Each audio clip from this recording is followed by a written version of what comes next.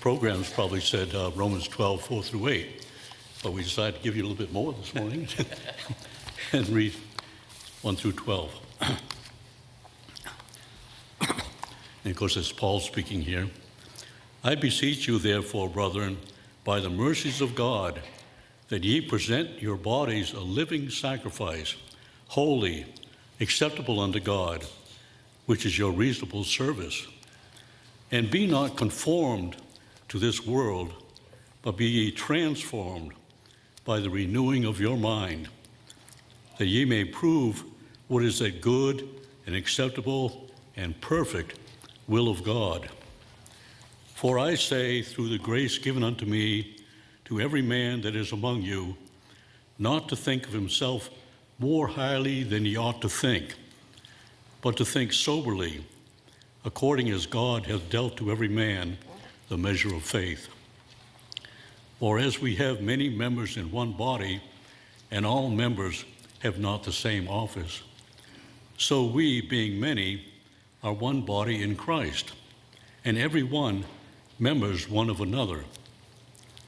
Having then gifts differing according to the grace that is given to us, whether prophecy, let us prophesy according to the proportion of faith, or ministry, let us wait on our ministering, as he that teacheth on teaching, or he that exhorteth on exhortation. He that giveth, let him do it with simplicity. He that ruleth, with diligence. He that showeth mercy, with cheerfulness. Let love be without dissimulation. Abhor that which is evil. Cleave to that which is good. Be kindly affectioned one to another with brotherly love, in honor preferring one another. Not slothful in business, fervent in spirit, serving the Lord, rejoicing in hope, patient in tribulation, continuing instantly in prayer.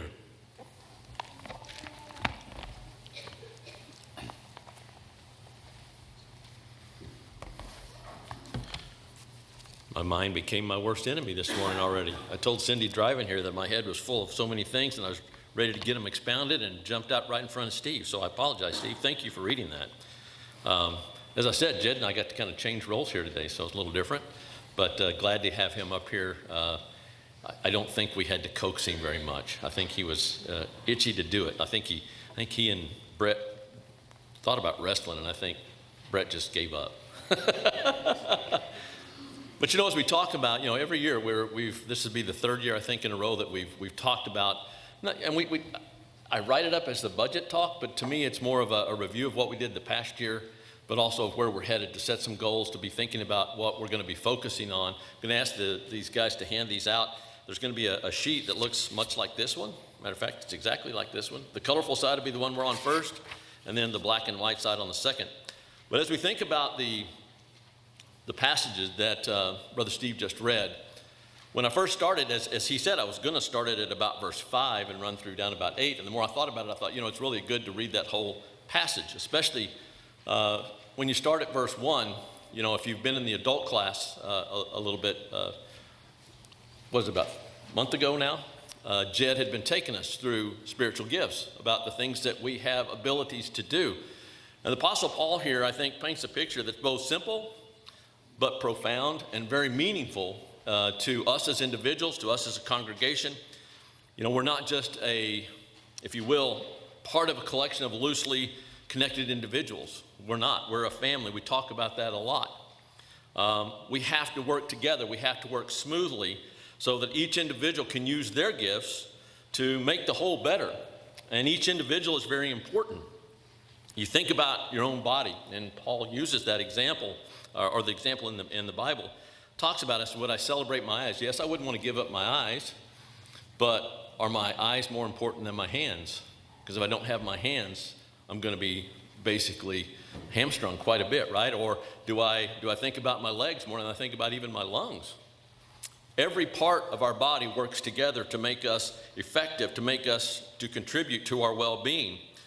Paul states this same thing is true for the people of God. You're not an extra. You're not optional. You're not replaceable. And you are a vital part of Christ's body and helping each one of us work together as the whole. We are individuals, no doubt, and each of us have different gifts. We have differing gifts. Does that mean that some of us have the same gifts? Certainly we do. We just talked about Brother Jed and I. We've actually switched roles this morning. We both have an ability to lead singing. We both enjoy singing quite a bit. I know that for a fact. But we have quite a few good song leaders here. We also have individuals that do a great deal of work that you never see because they may not be standing right here. But there's a lot of people that do a lot of good work here. And so we as a whole need to work together to make sure that we're helping come together. So our gifts are not accidents. We are one body, deeply connected, needing each other to make sure that we meet the task that God sets before us.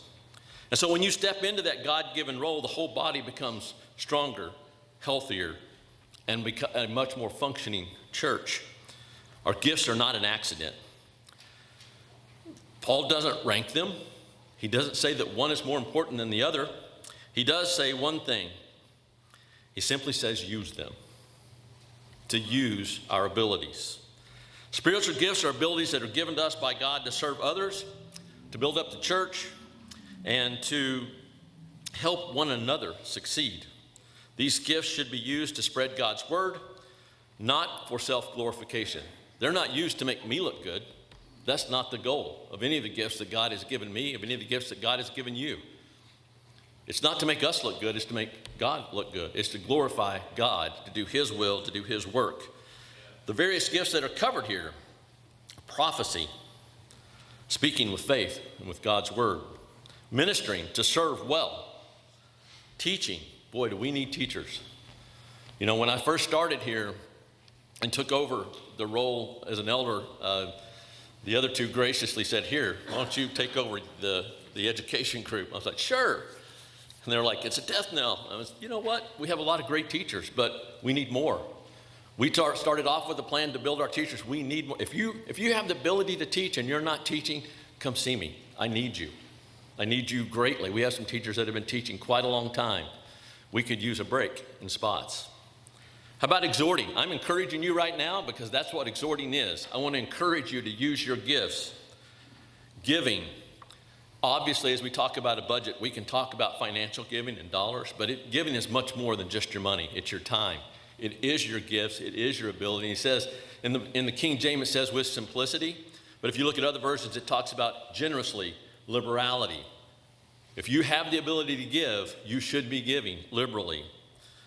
Leadership, to do it with diligence, to make sure that you're doing it right, to be a good steward of the things that God has made you a leader of.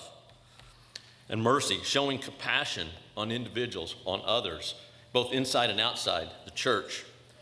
Our gifts are not random personality traits. Our gifts are given to us by God through his grace. And because he has given us those gifts, Paul is telling us that God wants us because our compassion is needed. Our leadership is needed. Our generosity is needed. Encouragement is needed by all. And the body suffers when any of those gifts go unused. God's grace shapes how we serve.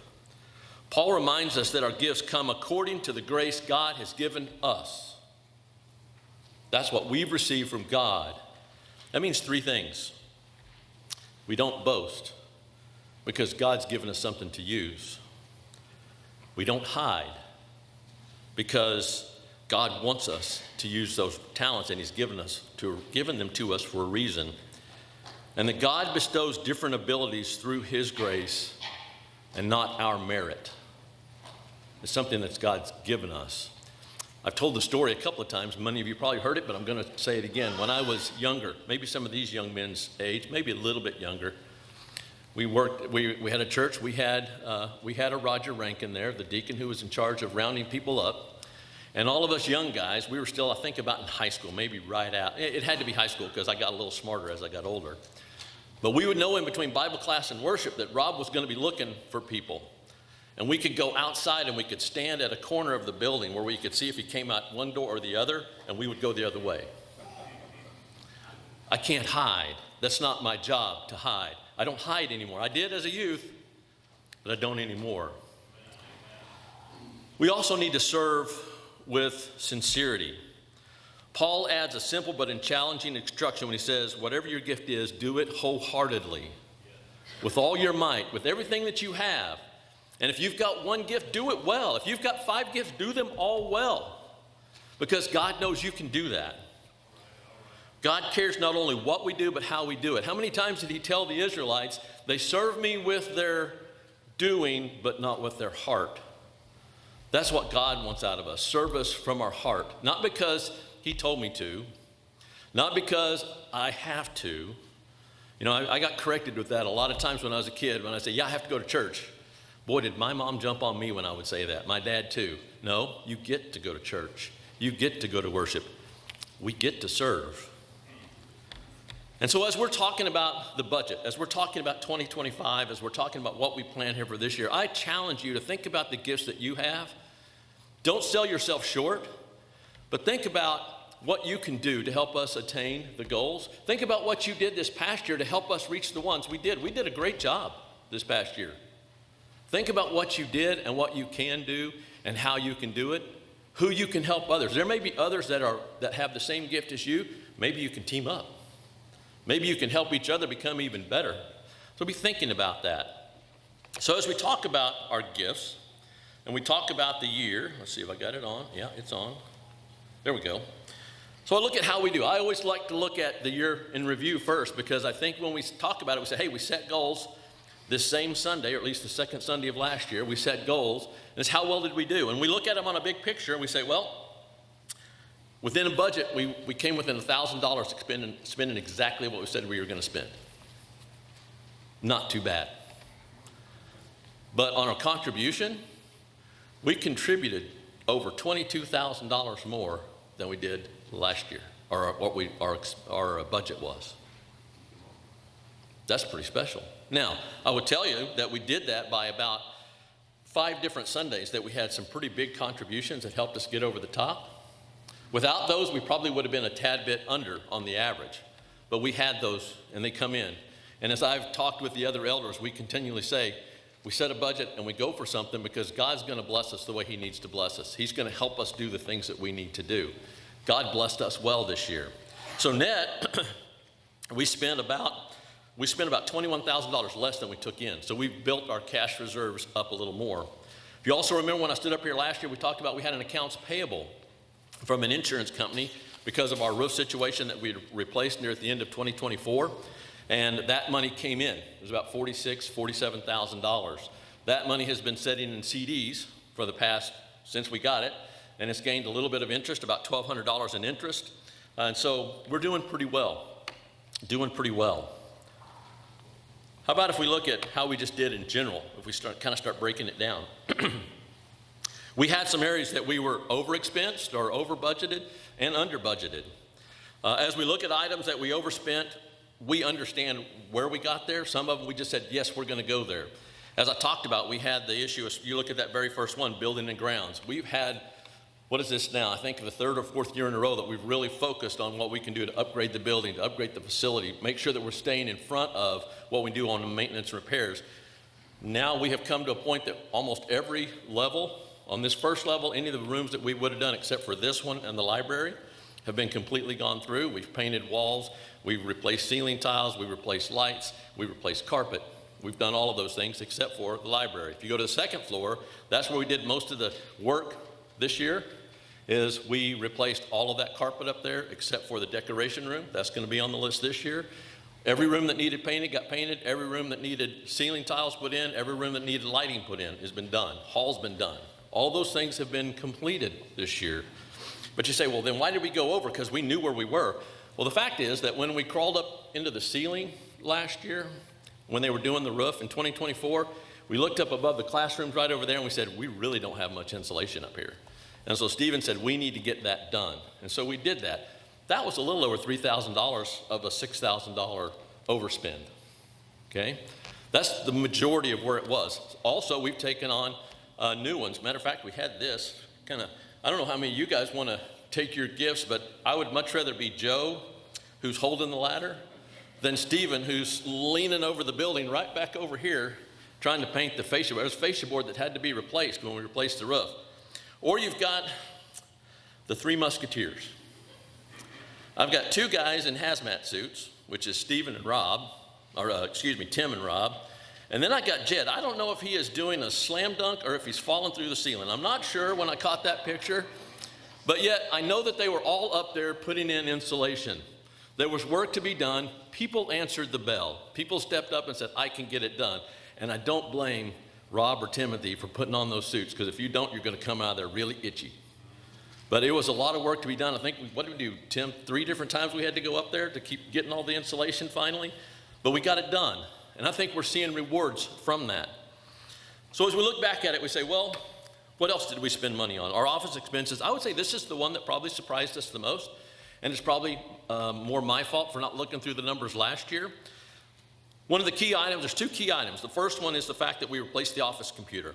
We had software needs that they required really basically a new upgrade to a computer, and we said, we're going to replace that computer. So that was $1,000 of the overspend. But we also have long-term contracts on the printers, and those numbers have increased dramatically over the last 3 years since we bought those printers. But we also have, like when you get a call here at the church about something that's going on at the building, that costs us. Every month there's a fee. Every month there's a fee for different things, and some of those, as we continue to see inflation, have gone up, and we just didn't catch where that was coming. I would also tell you that the office budget is actually one that we've taken down last year, thinking we were okay. Well, we missed that mark. So we're going to correct that this year, and we're probably going to evaluate a lot of those subscriptions as we move forward. If you look at the staff, you say, well, hold on, Tom, your staff, you should have known what you're doing. You already gave them a raise. You did what you needed to do. Well, this happened to be one of those odd years because we had 53 pay periods, not 52.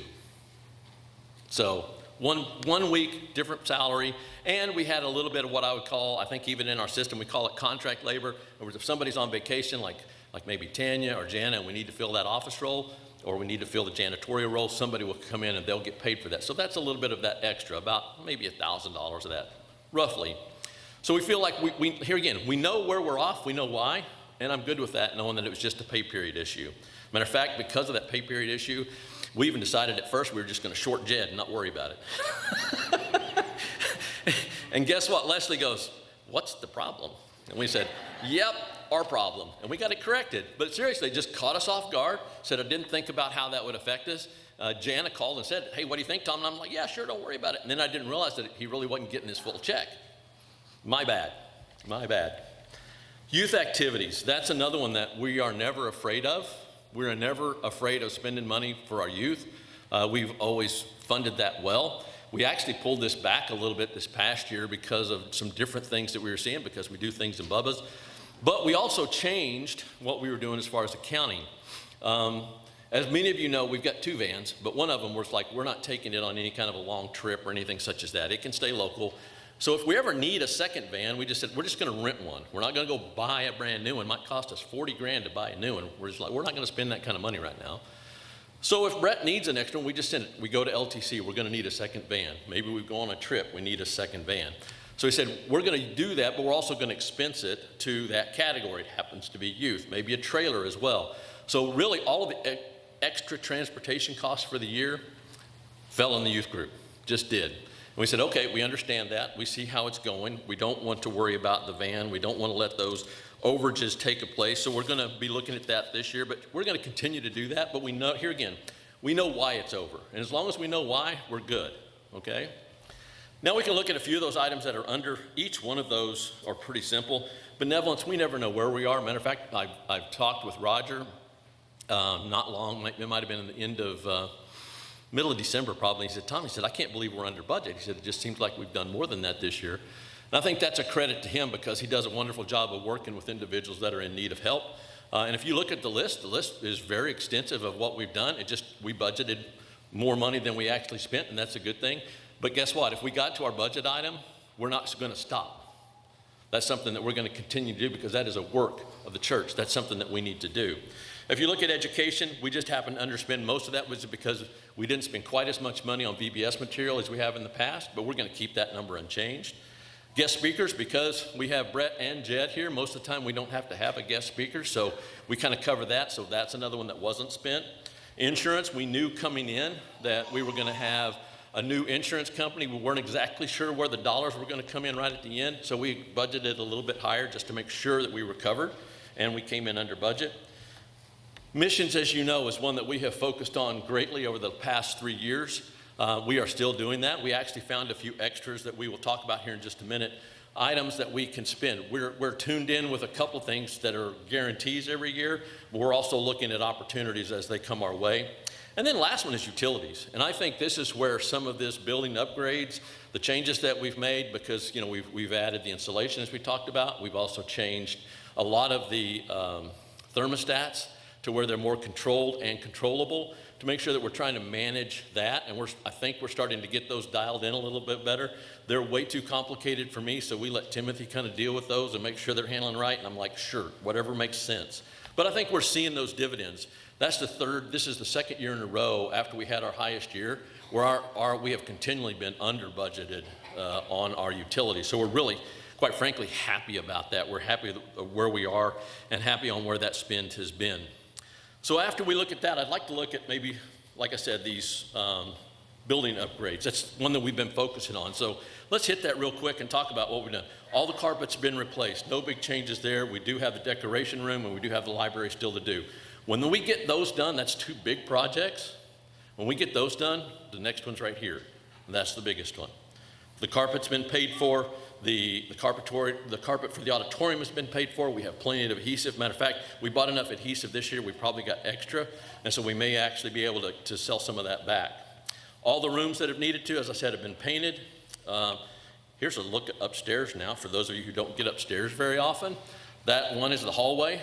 All of the walls have been painted. Carpet is new. New baseboard has been put up. Every room that needed repainted has been done. All the lighting has been changed. Most of that up there is not like the drop ceiling here. It is actually a ceiling, so we actually had to have that work done a couple of years ago, but yet it's all been done. As I said, the insulation has been added, a great addition there. And we started on redoing bathrooms this year. We started over in the fellowship hall. We've got one that we've redone the ceilings in, got the lights changed. I think we even have done the lighting in the ladies' room, or at least some of it. We haven't really moved to that one yet. We also have plans on what we can do with the stall walls, that we don't just have to replace them. We might be able to just repaint them and to make them fit more with the program that we have. I would add that when we talk about gifts, we are fortunate that we have Steve Lamb, who is over this as a deacon, because Steve has great abilities to plan, to forecast, to think about what needs to be done next, and then to get everybody there that needs to get that done. When we were doing all this carpet upstairs, there's a great deal of prep that goes in just to get done, because each one of those rooms is being used. And so we had to go into that room, we had to take all the stuff out, then we had to tear out the carpet, then we had to tear out the tile that's underneath the carpet, and then we needed to seal all that glue underneath just to get ready till we could even lay carpet. We had several Sunday nights and Wednesday nights that several people stayed after services, and we sweated a lot. But we got those rooms stripped out, got the floor stripped out and resealed, and we were done within an hour to an hour and a half on all those nights that we did that. That was a great help that everybody jumped in and partook in. A lot of the younger men, I was very thankful for them because they were carrying all those rolls of carpet back down the stairs, and it wasn't me. So thank you for doing that. Believe me, that's a task.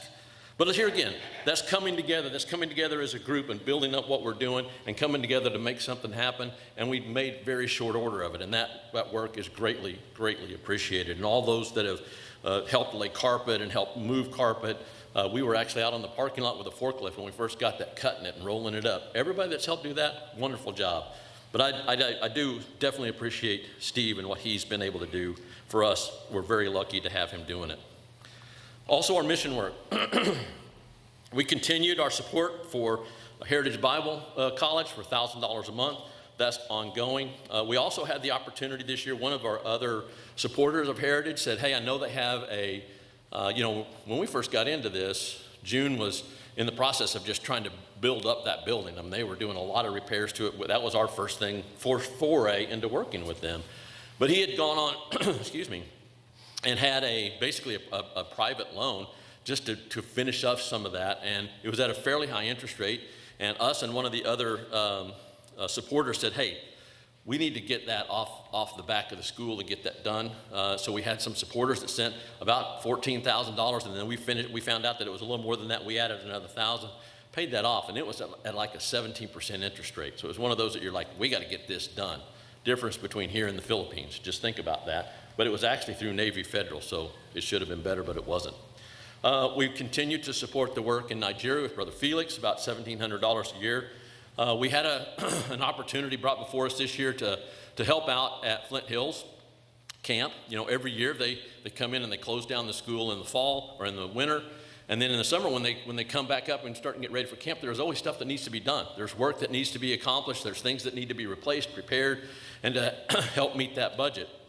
I know one congregation, they took up a collection among the members, and they sent money. And we said, you know what, I think Brother Jed brought it to us in one of our meetings. We said, yeah, we should do that as well. And so we sent money just out of our mission fund. We said, we have the additional funds there. We know that we have that room in the budget, so we did that.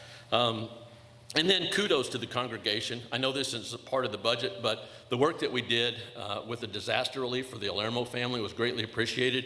I'm trying to get more pictures on exactly where they are today, but as a congregation, just as individuals, we took up about $3,000 and sent that over there. Additionally, that we've had other supporters that have sent in another almost $6,000 to send over there to help them out.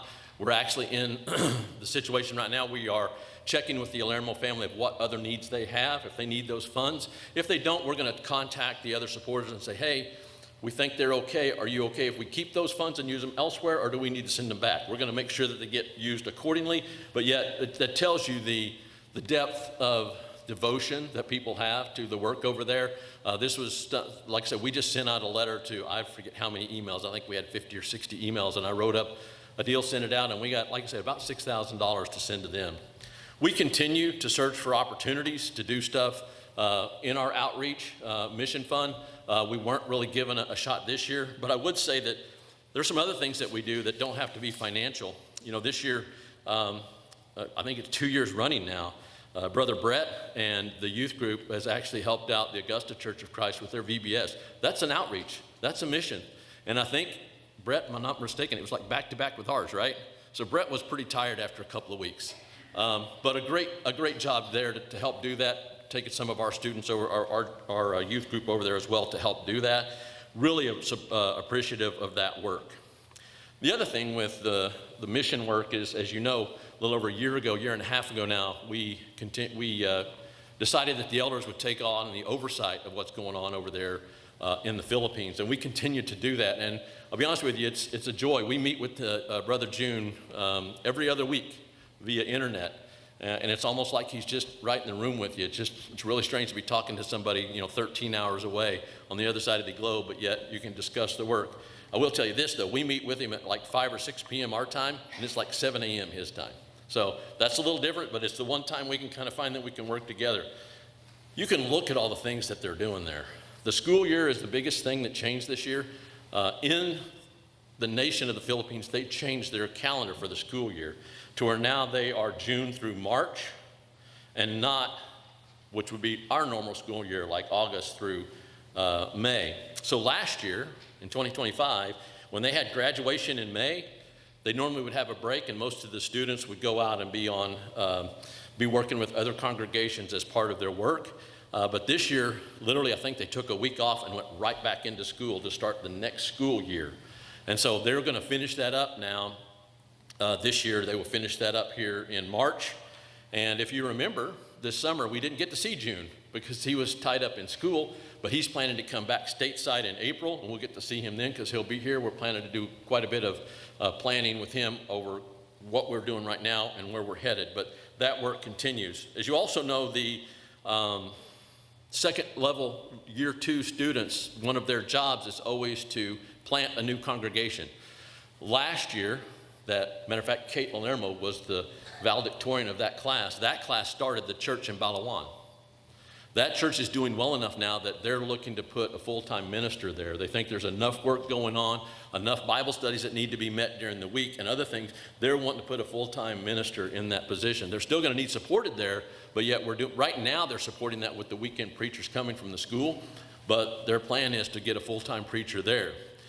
And as June normally does, he took on more this year because the level 2 students, their job is always to say, let's go pick about 3 sites. We're going to do our due diligence. We're going to look at them all. We're going to pick the best one. Well, this year they picked 3 and they liked them so well, they said, we're going to do all 3. They're starting 3 congregations this year.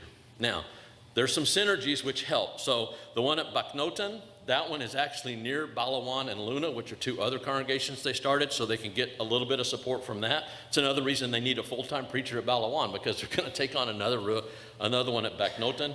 Ekop is an area right outside of Baguio, so it's kind of within throw-in distance for them, so it's a little bit easier for them to hit. They're going to start one there. And this one actually deals with some that are like up in the hill country that you might have to park your van and walk like a couple hours to get there. Yeah, very interesting. And you get into full clans up in the hills. And then the last one is Santa Barbara. It's a little bit further south, down in the lowlands in Pagnacion. And it's a congregation that they've started. Still on all of these, I think all of them right now, they're still looking to find like a full-time, okay, this is a building that we can use. These are the things that we can do. But they are supporting that week on, week out with their preachers that go down out of the school. Right now, they're I think as I've got there, they're hosting like 10 to 12 congregations they're helping with preachers each weekend. And I'm on a chat with them, and he puts out a little message and has all their names of where they are, and they have to change the icon next to it when they get there, so he knows they got there, and then when they get back, or when they've left, and then when they actually get back to school, so he knows where everybody is. And so I get all kinds of messages on Saturday night into Sunday of where they are and where they haven't been and who's back and who's not. Also, they hosted the Philippines, what did I call it? The National Youth Camp, NYC. Everything that we talk with June always has some kind of a moniker to it. This was NYC. They hold this every 3 years in the Philippines, and they hold it in different regions. The year before last was down in Mindanao, which is the furthest south island. This past year in April, HBC hosted it because it was going to be in their area in Benguet, and so they did it in Baguio City. And so they had about 800 people come from across the nation to come to that. And HBC hosted it basically. He pulled in about 100 students and past students, graduates, that came together to be the proctors for everything that needed to be gone, planning the housing, planning the food, planning where they were going to stay, what the schedule was going to look like. And it was held for like a 4-day window. So you can imagine the task of that. But they held that this year. They supported that. It was a really great work. And I know it seems like, Alan, that we talked to them. Every time we talked to June from January to about March, it was about the NYC. They continue to handle the monthly IAs is what they call them, adult and young adult leadership. They're trying to build up the leadership within some of these smaller congregations so more people can take the advantage of doing that. Weekly forums, we've talked about those. And then every time we talk to June, he's going somewhere else on the weekend. That's why he's got the deal, so he'll know where they are because he's somewhere else. Just an amazing amount of work that's getting done down there. And we're grateful that we can be a part of that. And I know he is grateful that he has us and very grateful for this congregation as we've seen from Sister Kate. So as we look at that, that's the year in review. Really a big plus. And I would say this, our financial condition, when we look at that, is very strong. As I said, we've built up our checking account quite a bit this year, a little over $20,000 we've added to that, so that gives us a lot of help. The money that we got back from the roof, that's sitting in CDs. We also have a long-term vision fund where funds are invested, and the Blanche Phillips Fund. Both of those had returns this year between 15 and 17%. So really good returns on that. Money that's coming back out of interest. So if you have certain questions about any of those funds, let me know. Not something I necessarily want to put out over the internet. So just to let you know that we're doing really, really well. So let's look at 26. The biggest change this year I want to talk about here of where we're adjusting. And most of those you're going to understand really quickly because of, here again, looking at the past year. Youth is going to be one where we're going to change the budget. We're going to increase it to $8,000. Remember that the Bubba's money goes into that as well, so it offsets some of those expenses. We're going to increase that $2,500. We know that the rooms for LTC have gone up the last couple of years, so that's a big expense, and also the additional van expense of travel and transportation. Staff this year, we've given them all a 3% raise. Matter of fact, they've earned that. We didn't give it to them. They've earned that. Matter of fact, they probably earned more than that, but we're just trying to keep the budget within reason. But we're doing that. We're also budgeting in for these spots about a vacation time. So that's an increase of $4,700. Excuse me, $4,700. Evangelism, something we're supposed to be doing, right? This past year, we actually used that, and I think we did something that made a lot of sense. We tried it. We're going to do it a little bit more this year, and we're going to increase that by $2,000 to $6,000.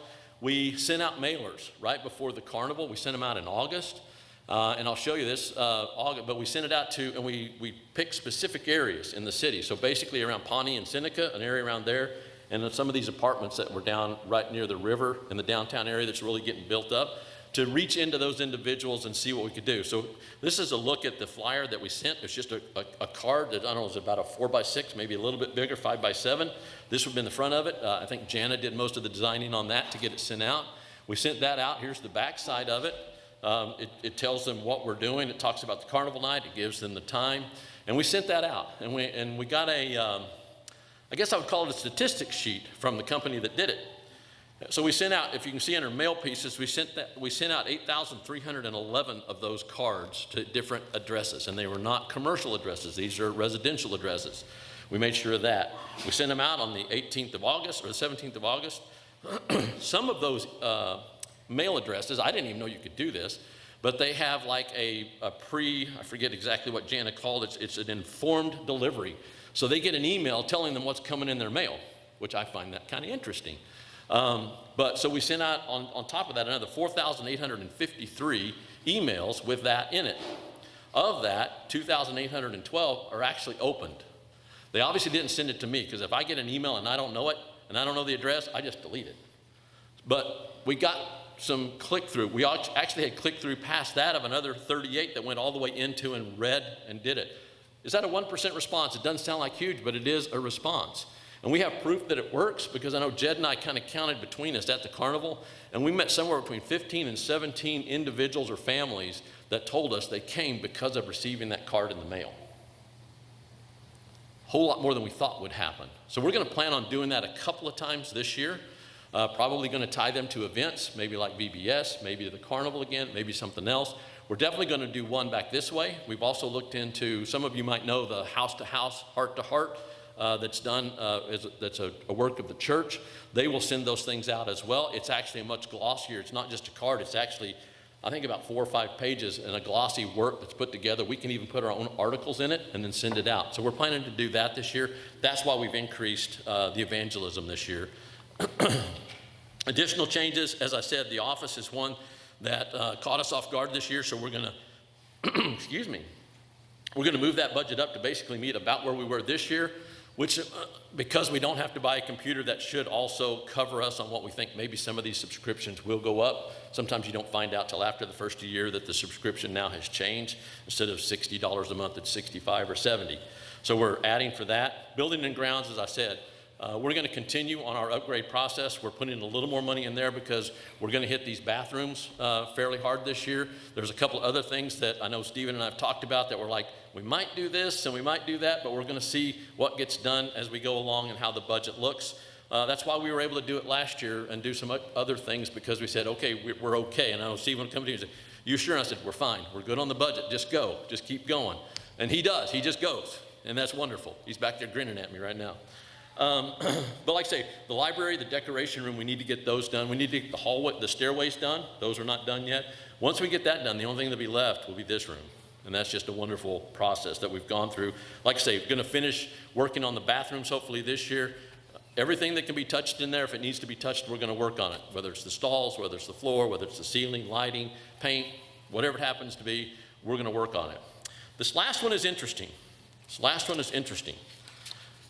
As you know, we've been setting aside money every year, been part of our budget for an HVAC replacement fund, about $5,000 a year.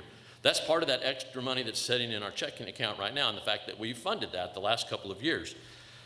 This year, we are going to replace an HVAC unit, but if you look at our budget, it doesn't make sense. Well, we're going to do this outside of the budget. We're just going to take that and say, we have all these excess funds sitting here.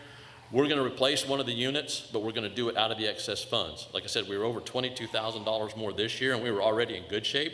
So we're going to take those funds, we're going to replace one of the units this year. We've got many more to do, and we really have to stay in front of it.